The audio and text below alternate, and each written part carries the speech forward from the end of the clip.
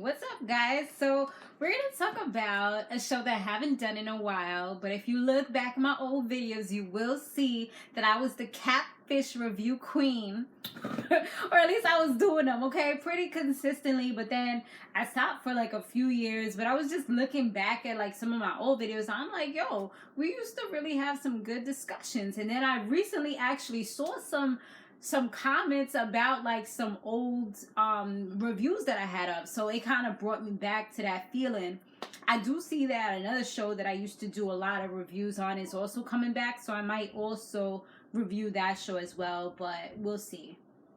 And so right now, everything has changed from back in the days when I used to review it. Right now, we got a new chick. Her name is Kamie, I believe, right? And it's like a whole virtual thing that's going on. It's all like Zoom and, you know, video camera, which is ironic because a lot of times the Catfish, they didn't want to do the whole video cam thing. That was one of the biggest things, is like they didn't actually get to see them like how we're looking at each other right now, you know? So it's kind of cool. It goes with the way that the world is right now. You know, we got to mask it up. We got to do virtual meetings, virtual parties, virtual everything. So virtual school, all that stuff. So the person that was writing in, she was writing in on behalf of her fiance. His name was Paul. And the person that he was talking to back in the days on Xbox, her name was Caitea. Initially, I thought it was Caitea. I ain't even gonna lie. I was like, oh, she got like a Russian kind of name, like Caitea. I see you, girl. But then, like, later on, when they pronounced it, it was Caitea. So I'm like, oh, okay, that's different. You know, I didn't see that coming, but okay. Like, even when I saw the title, I'm like, Caitea. Or Caitea. You know, like, but no, it's Caitea. So yeah, so Paul, he actually had messaged the girl on Instagram like recently, but from what she knows, like they didn't actually, she actually told him that they never actually spoke. So that's where the curiosity comes into play. Like, could this have been a catfish? The love of his life before her? You know? And so it just seemed kind of odd, but it was weird to me that she was calling on behalf of her fiance, because to me, I personally don't see myself saying, oh yeah, let me go and try to find my boo thing's love of his life that he loved before he met me, who he still got a thing for, because obviously he out here trying to contact her so that we can like have to part ways or something. You know what I'm saying? Like, you opening a whole can of worms. It actually would have been a problem when I found out that he was actually contacting her. Like, that would have been a huge deal. You know what I'm saying? Because, like, right there, he's kind of giving me cheater or potential cheater vibes. Like, talking about you message this girl. You know what I'm saying? Like, it's just a little odd. So, they live in Michigan, and they're not married. Supposedly, Samantha has a fear of, I guess it's a fear of commitment. She said a fear of marriage. She said, like I said before about the whole messaging thing, she was scrolling through Instagram and the girl's photo came up. So that's how she realized that, okay, he's following her. So he did go ahead and say that he had messaged her, and the whole thing about, like I said, that she didn't know, like she said she never spoke to him before. So that's why Samantha was like, she wants to find out what's going on, and just, they need to put this all in the past. When Paul comes on, he tells me pretty much the same thing. He does say that it's affecting, well, initially he said it isn't affecting their relationship, but Samantha was like, you know, she looked at him like, I call BS. It is affecting our relationship. We need to get this girl out the picture and just focus on us. You know what I'm saying? So that's more so her focus right now. He did say, like, a long time ago when he was younger, they did exchange phone numbers. They used to talk on the phone for hours, and on Xbox as well. And they even stayed on the phone for like 32 hours at one point. 32 hours. So that means you was there just jonesing for like nighttime, bed, you know, all of this. Like, your parents didn't tell you have to get off the phone. What was this? It must have been like a Friday or a Saturday or something. Because, like, don't you have schools to go to? Like, what's up? How did you pull that off for 32 hours? 24 hours is one full day. So I'm just trying to figure out, like, how did that work? You know, you was just there on the phone with the charger and everything. That's why you like, damn, I gotta get my charger. Maybe you put the headphones on so your face don't get hot from it charging while you know. I could just like, I was just trying to like picture it in my head. So she told him that she models and does all these other stuff, but yet and still Katie didn't have a camera to do video chat. So right there, that kind of sparks some kind of concern. It's like, but he said he was younger, so he didn't really think too much of it at the time. Because, you know, when you're a young teen, you just happy to be talking to somebody, getting these, you know, these nudes and stuff and all that. You know, probably telling your friends about it. It gives you something to talk about. And he was, like, with her for, like, 2 years or so, he said. And so he did say that she was supposed to meet up with him. She never showed. You know, he was even considering moving to Florida to be with her or kind of at least see how it was. And then from there, you know, decide if he wanted to move there. Like, it was a real love that he had for her. But she never showed up. And then when she finally did reach out to him like a year later, he said that he swerved her. He was just kind of like, you know, kind of like standoffish or whatever. And he just happened to look for her like 6 months ago, and that's how this whole thing started back up. How could you possibly be a catfish but still be sending like nudes and stuff like that? Like, you know, it kind of doesn't make sense. So, because it was always like consistent, like how could you possibly get somebody's nudes like that? You know, like how? It's just weird unless you're like somebody's actual like boyfriend or something like that. Like, how does that happen? So when Neve and Kamie, they look up the chick, it comes up that she's married. So boom, that's thing number one. So they started, and there was also something where they started a thread about the name Kate, you know, the other spelling of it, saying that she was a catfish. So boom, that's number two. You know, so right now the odds are not looking good for her. It's really looking like this chick is a catfish. Sounds like my son is in there playing PlayStation, not Xbox. So they said that, so they did talk to Katie. They was able to reach out to her, speak to her. She said that she did play Xbox back in the days, but she didn't start a relationship with anyone. She said she was at work, so she couldn't really talk too much, and she wasn't really free or at liberty to speak at that time. But she did say she would like speak to them at some other time. And she said she didn't like get anybody reaching out to her on Instagram, so she wasn't too sure about that. But when they asked her about the nudes, she kind of was like, well, I know a person, but then it was just like real vague, and she just kind of like was like, all right, I have to go. So it was like, dun, dun, dun, you know, to be continued type of thing. They tell Paul all the information they found out, and I can't even lie, like Samantha, she had a face that just here I go, first grade words. She looked real like delighted at that moment, like, I told you so.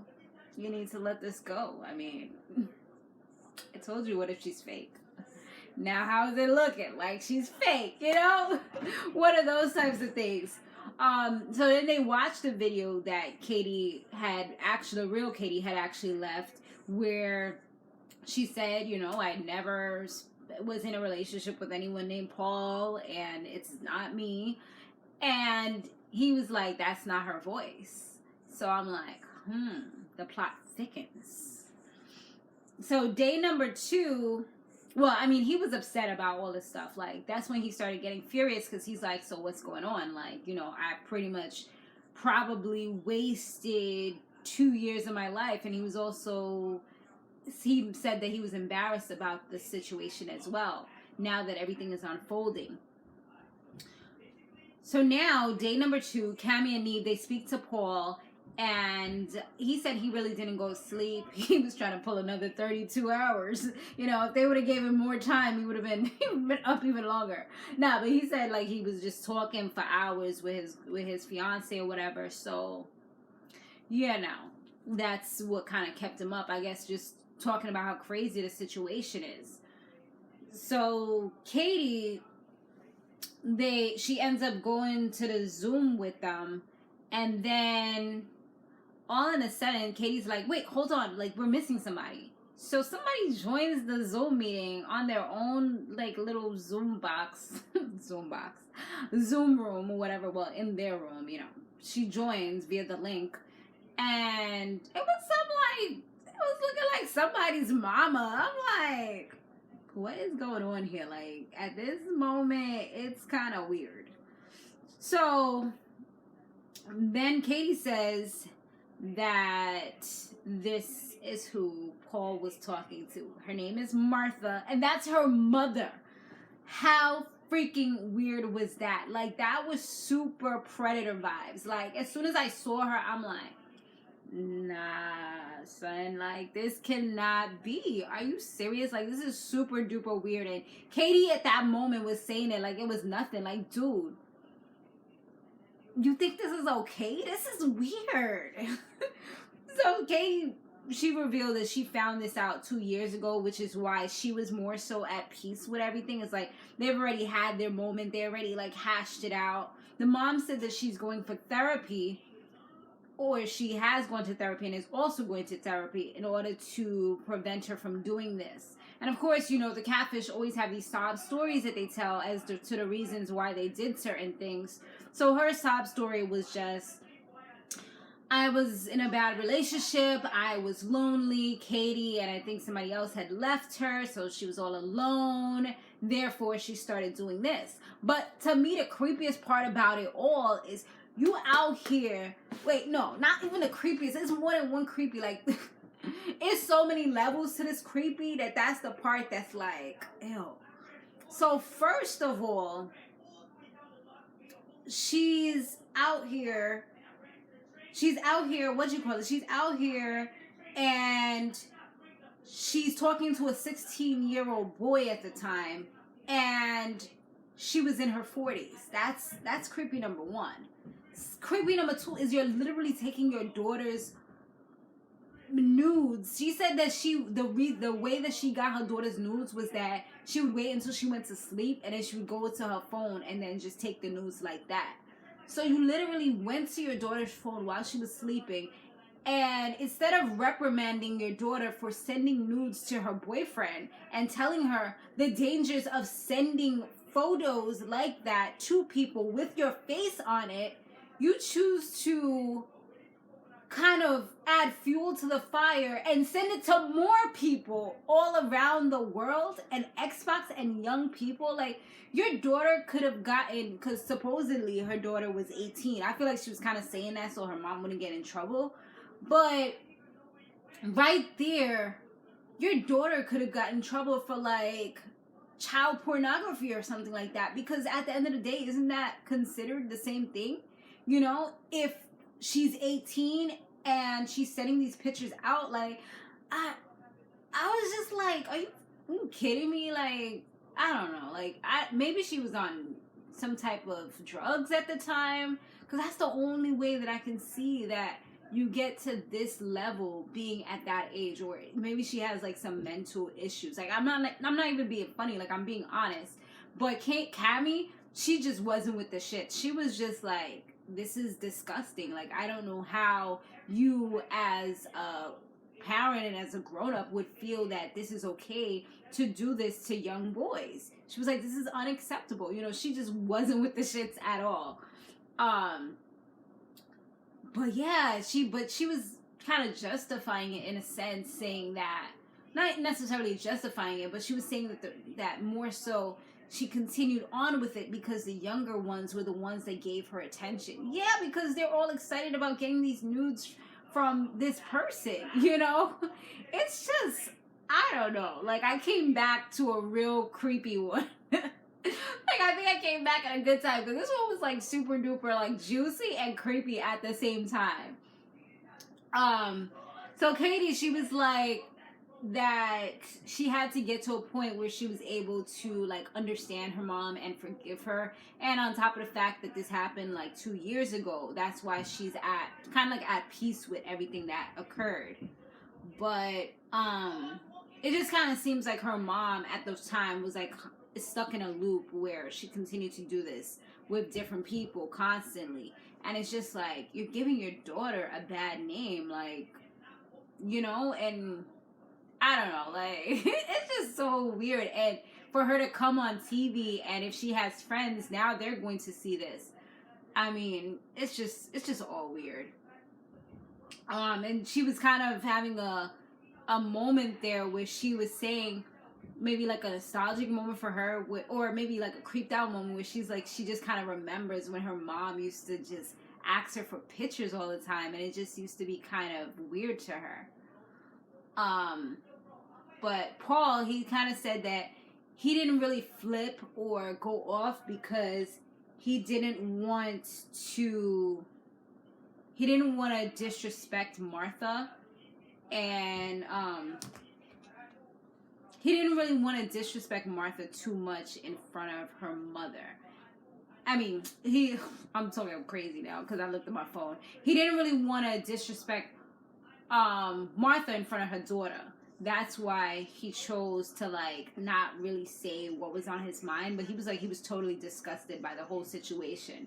So now that everything's out in the open, he's choosing to focus on his girl Samantha, and they're actually making, I guess, wedding plans now. So, you know, maybe this kind of lets some of Samantha's fears go away, because now she knows she doesn't really have that person looming in the shadows that can possibly pop up. But I mean, 3 kids later, it's just, dang, girl.